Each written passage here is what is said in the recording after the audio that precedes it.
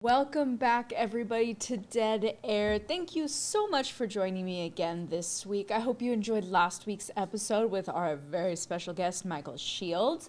This week, we're going a little bit back to the norm, and a horrifying norm it will be. We're talking about this week, The Possession. Yes, the horrifying 2012... What are you looking at?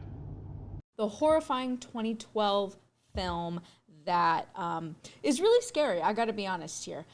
So if you're new here, my name is Siena Anzaldua, your Dead Air host. And here I talk about... Come on, Dad. Sometimes. You got this. And here I talk about everything horrifying happening here in the Central Valley and just horrifying movies in general. Of course, we are going to start out with our horror movie summary.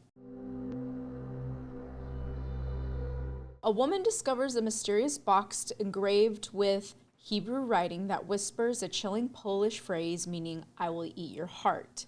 When she tries to destroy it, she's violently attacked by an unseen force and left unconscious, dead. Damn!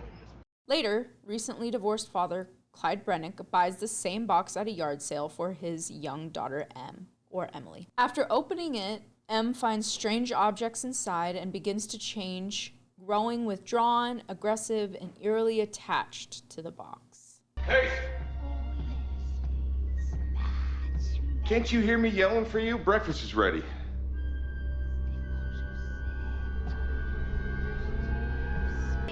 Personally think that that's really gross because they sweep the hair into these bins and then they weigh them and then they take them to the special place where they maneuver them into like these wigs. And I mean, Slow down! Ah! Her behavior escalates into violence, including an attack on a classmate and the supernatural death of her teacher, while she insists an invisible woman inside the box says she is special. Ooh, do you see the flickering lights? Ooh, spooky. As Em's condition worsens, Clyde learns the box contains a Dybbuk, an evil spirit named Abizu that feeds on children and possesses its host in stages. With help from a rabbi, Sadok, Clyde attempts an exorcism as the entity's power intensifies, harming those around Em and even appearing in her medical scans. The ritual ultimately succeeds in forcing the spirit back into the box, briefly reuniting the fractured family.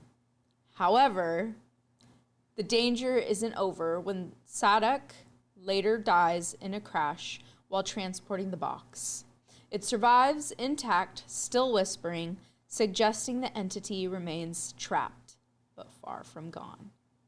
Bye, Zadok. Bye, Clyde.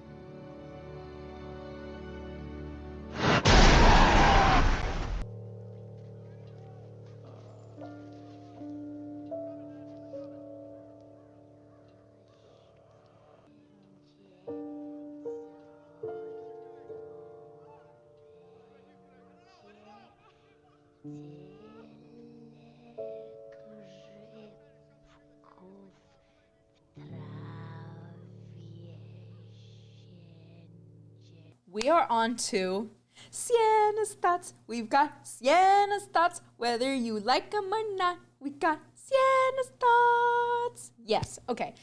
My thoughts on this movie. Freaking scary. I will say, there is hardly any gore in this movie. You're not going to see much blood, but it's got that really creepy feeling that I equate with The Exorcist. And I think this movie does it so well and does it so subtly that it truly doesn't need the gore. It doesn't need the blood or anything like that. Because honestly, it doesn't even rely really on jump scares. It relies more on that really eerie feeling, that building that tension with the atmosphere, with the environments that they used, with the acting. I think that everyone here did a wonderful job portraying each character that they had. So I think that's really such an interesting point to this movie, is the fact that, again, it's not relying on gore, it's not relying on blood, it's relying on the creep factor, the fact that, like, when you're watching this movie, you're getting, like, that really scary, eerie feeling. And I think when a movie does that, it is so amazing. And I think it's wonderful when a movie does that, because to me, it takes a different level. It takes a different sort of thinking to put together a movie that doesn't rely on gore and relies on how the atmosphere is going to make you feel. And this movie does that, and it does it so freaking well. That's one of the reasons why I really enjoy this movie. I think another aspect of this movie that I really enjoy as well is the fact that we're getting a different culture of possession. So a lot of possession movies, I feel like you're either focusing on Catholicism or Christianity. Here, you're focusing on Judaism. And so more of the Jewish culture that I think is really, really cool and important, because I feel like it doesn't get the recognition. These different cultures don't get the recognition of how they portray different horrors and in horror movies that we see a lot. So again, we're always thinking of in terms of Christianity and Catholicism, and this movie takes it to an entirely different field, and we are shown a level of Judaism. And so I really enjoyed that as well. I think that learning about a Dybbuk box is such a really creepy aspect of this movie, and I think that it really adds to the horror factor of this movie. So some notable points I want to talk about from this movie, but specifically with the box. I think what really adds to the horror factor in this movie is just that the box is its own entity. It's its own living thing. So even before we learn what the Dybbuk box is, we can see that it is some sort of haunted entity. So it's able to open up to Emily when she brings it home. So you literally see the box open, and you see, like, later on in the movie, you see what's actually contained in the box. So once it's open, once Emily opens it, this floodgate of all these creepy things starts happening. She starts wearing the ring that was in the box, and it starts turning her finger a different color. And so I think that's really interesting, and I do very much enjoy that aspect of this movie. The fact that we get this haunted object that is alive, that has its own goals, and I think that just takes this movie to a different level.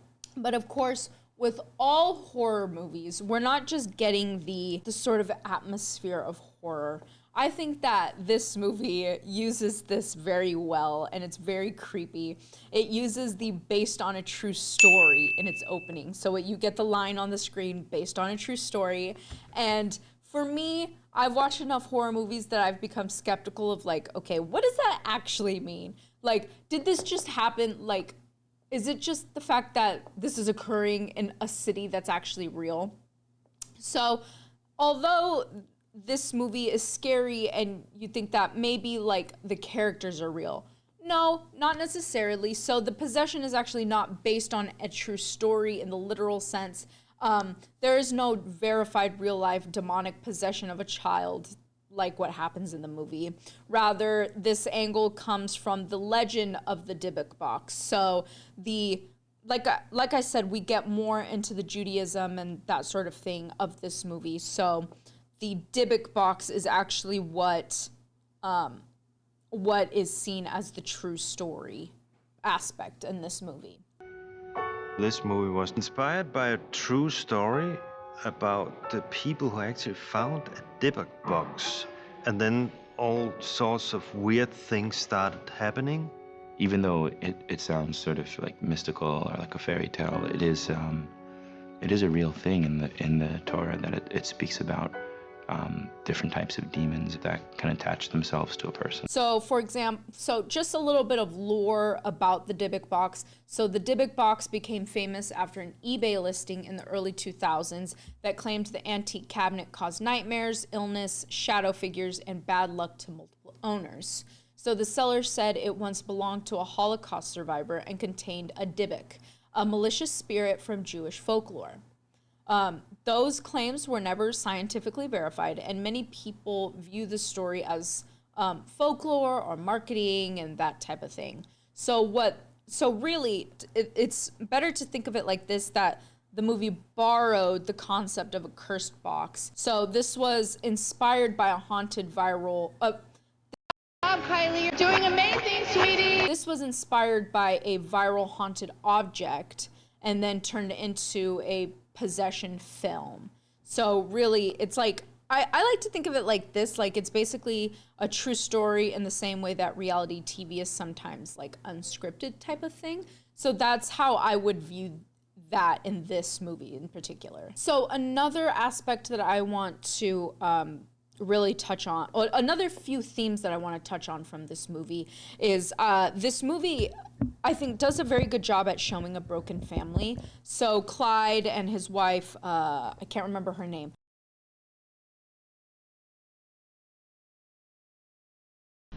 It's me, Jessica.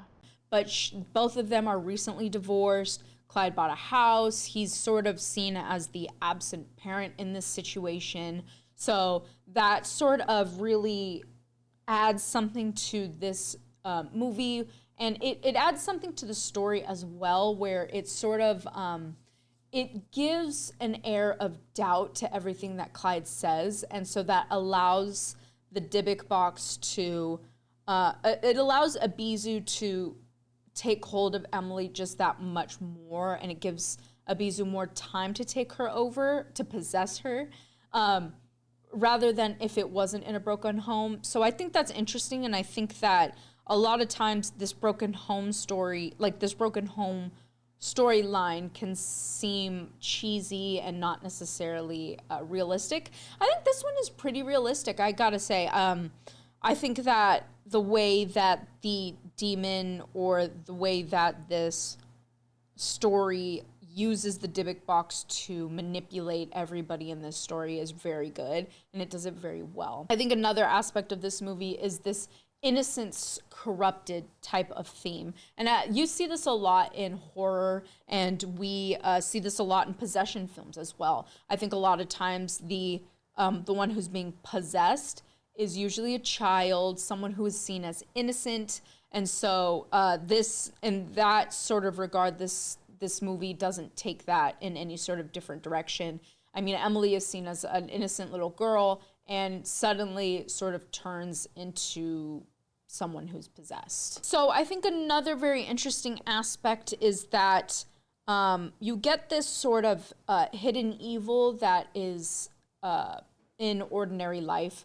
So again, you get the fact that this Dybbuk box is just sitting at a yard sale, and Emily and her dad just so happen to stop at this yard sale, and Emily picks it up, and it sort of changes their whole life. So I think the fact that they use this very innocent sort of activity, I think that really adds to the horror, because I think it shows us that it could really sort of happen to any of us. And that, to me, is the scariest part. I think that this relatability to this story adds that horror, and it adds that layer. Oh, layers! Onions have layers. Ogres have layers. Onions have layers. You get of horror. And I think that, like I said, it just makes it that much better. So another really big aspect that I want to touch on is the fact that this is produced by Sam Raimi. And if you don't know Sam Raimi, he made the Alien franchise. Okay, Alien, yeah. So Aliens, the remakes of, not remakes, the sequels, the prequels of all the Aliens that have been made so far. I think also he remade Evil Dead. So that one is just wonderful. He is such good, just kisses.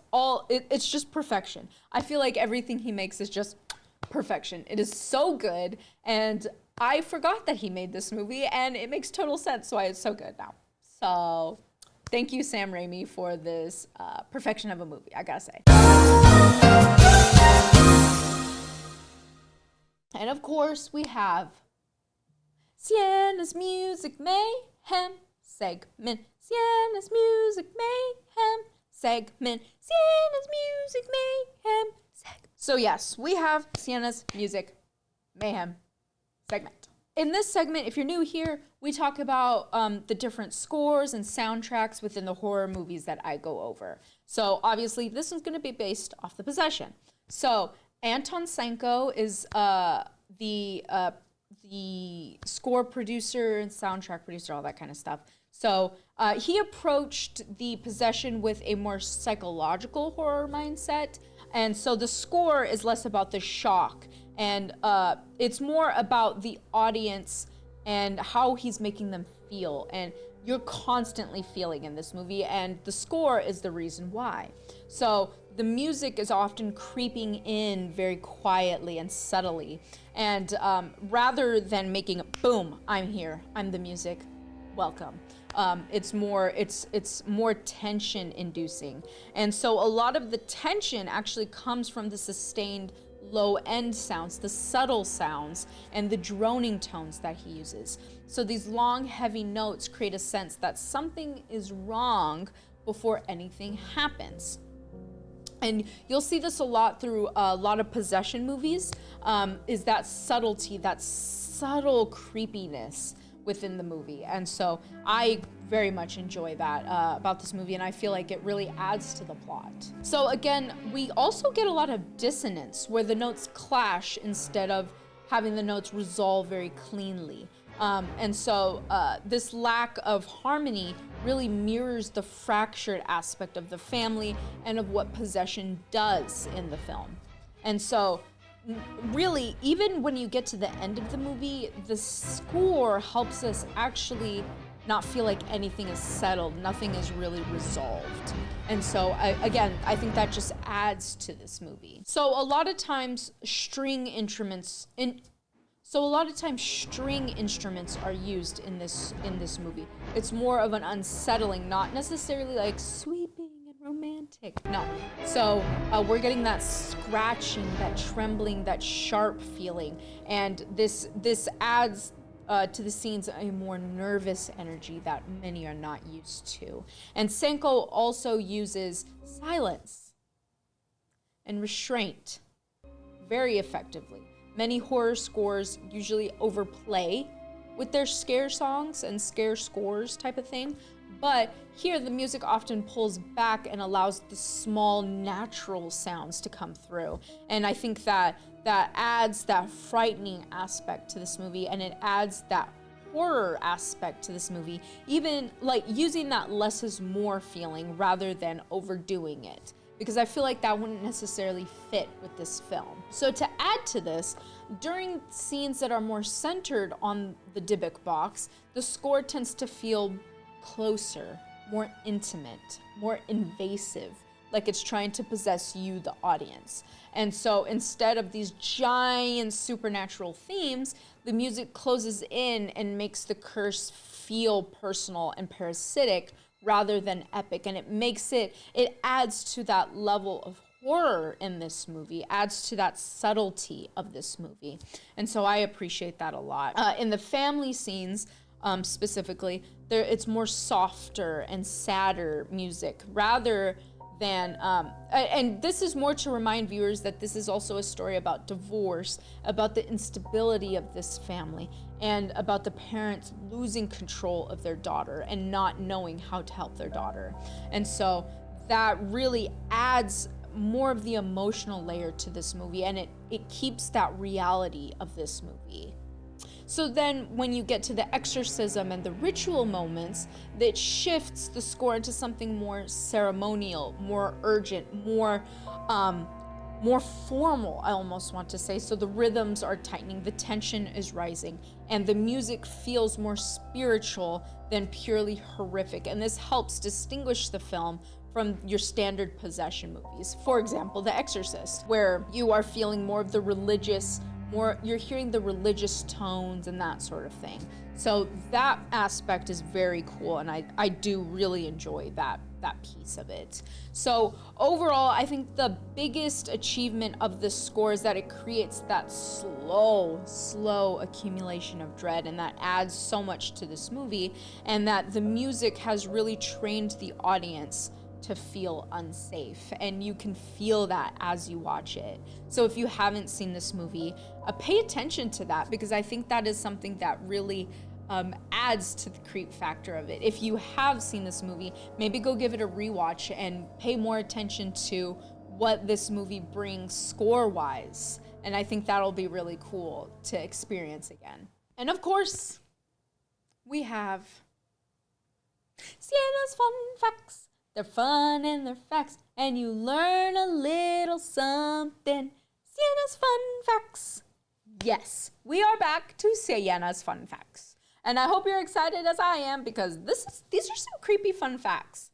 So, fun fact number 1, of course, this movie was inspired by the real Dybbuk box internet legend. So the movie was loosely based on a supposedly haunted wine cabinet that became famous after being sold on eBay in 2004.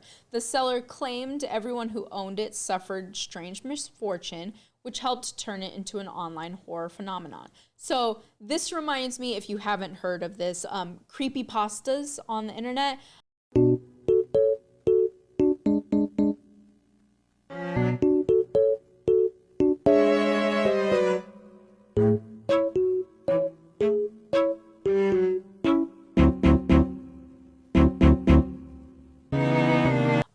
These really became prevalent again in the early 2000s and early 2000s, 2010s-ish. And this is where you get Slender Man. This is where you get, I think, Jack or something like that. I can't remember his name.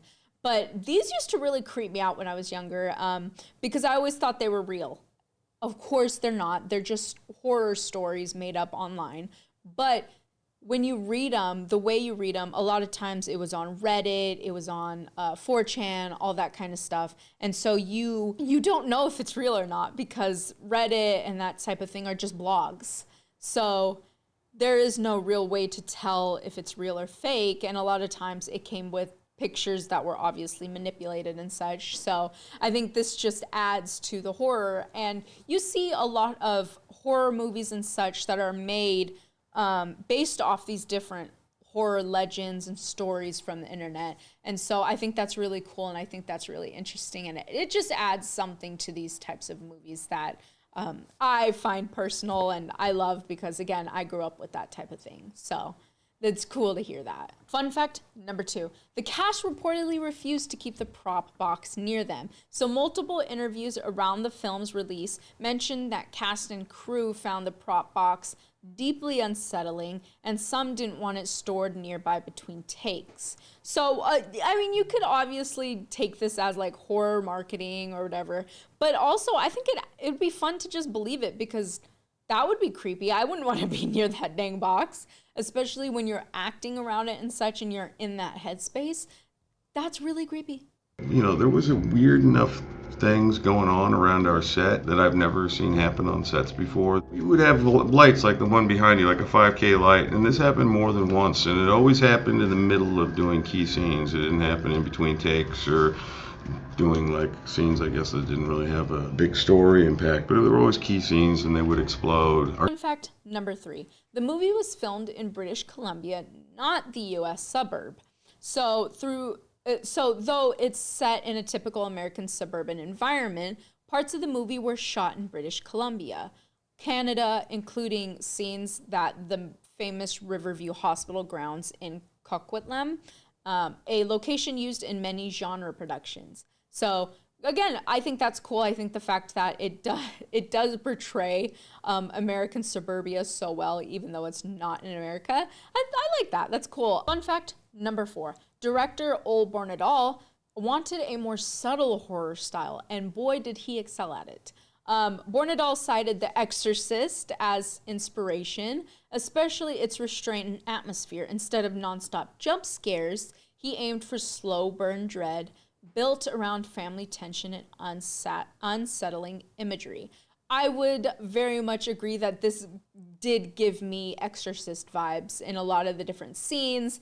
And I like that homage to The Exorcist. I think that's great. Fun fact number 5. Madasayu's casting made the exorcism scenes unique. So the role of Rabbi Sadak was played by Madasayu, which gave the film a very different energy from standard priest-centered possession movies. His presence also helped distinguish the movie from typical exorcism formulas. So I really enjoyed that. I enjoyed the fact that we get a different culture in this movie, that we get a different perspective on exorcism.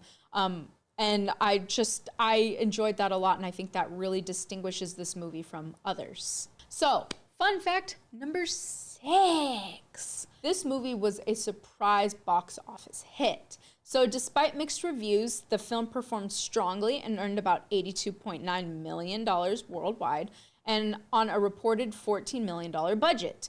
And so, honestly, I think that's great. I think this movie very much deserved a good box office turnout.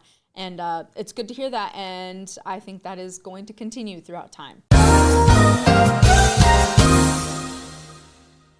And of course, we now have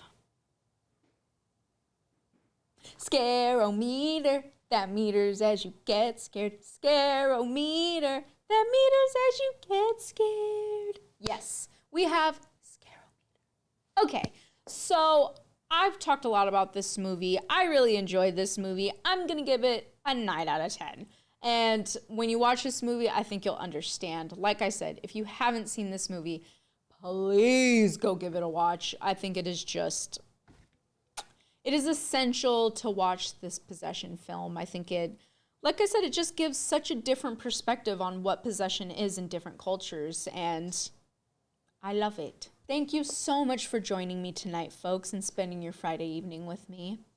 Next week, we're going to get our first foreign horror film called Los que Vuelven, or The Returned, from Argentina. So I hope you join me again next week.